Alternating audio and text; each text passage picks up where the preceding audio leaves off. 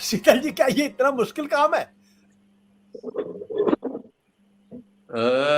निश्चित तौर पे पवार साहब ने अपनी परिस्थिति तो ऐसी बना रखी है कि उनको सही में आंकना तो बहुत मुश्किल है, लेकिन जो हम लोग स्पेकुलेट कर सकते हैं परिस्थितियां जो है उसके अनुसार, ये तो ये देखिए, जस्टिस एम आर शाह साहब रिटायर हो रहे हैं 15 मई को।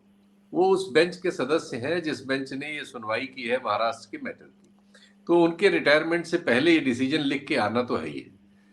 अब जैसा बहस चली थी, जैसे सवाल जवाब हुए थे, जैसा जस्टिस चंद्रचूड़ का हस्तक्षेप था, उससे लोगों को इसमें एक नेगेटिव डिसीजन की उम्मीद है, उनको, वो लोग जो सत्ता में है। अब उसके विकल्प पे काम चल रहा होगा।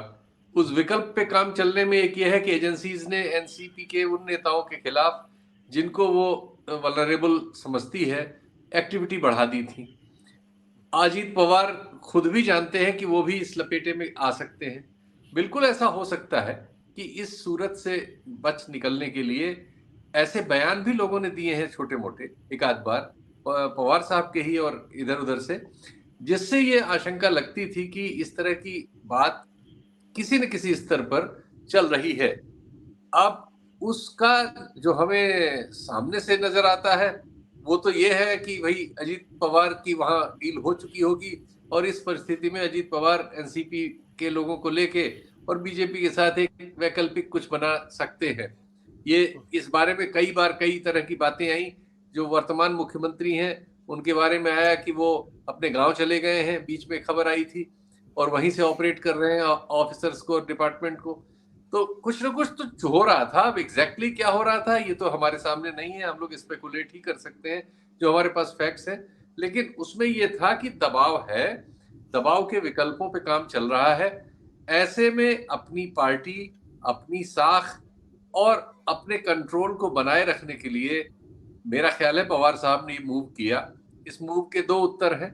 एक तो अजीत पवार जो है, वो जो भी उनके अगर हैंडलर्स कोई है, उनको ये बता सकते हैं कि मैं क्या करूं। अभी पवार साहब ने ये स्टैंड ले लिया और सारी पार्टी उनके साथ है। इस समय में अभी जो आप चाहते हैं वो संभव नहीं है, इसलिए अभी थोड़ा वक्त दिया जाए, इसमें कुछ अल्टरनेट सोचे जाए। इस अल्टरनेट के चक्कर में जजमेंट आ जाएगा।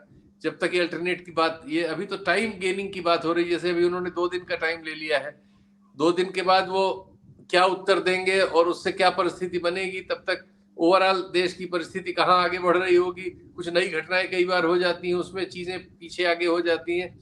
तो ये सिचुएशन हो सकती है, लेकिन फिर मैं कह रहा हूँ ये स्पेकुलेशन है हम सब लोगों का उन तथ्यों के आधार पे जो हमारे सामने है।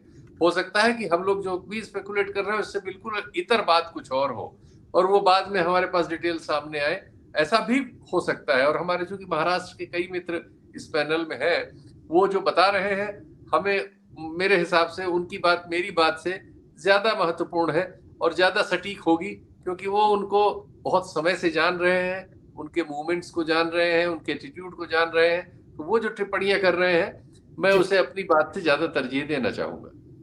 सत्य हिंदी का ऐप डाउनलोड करें गूगल प्ले स्टोर पर।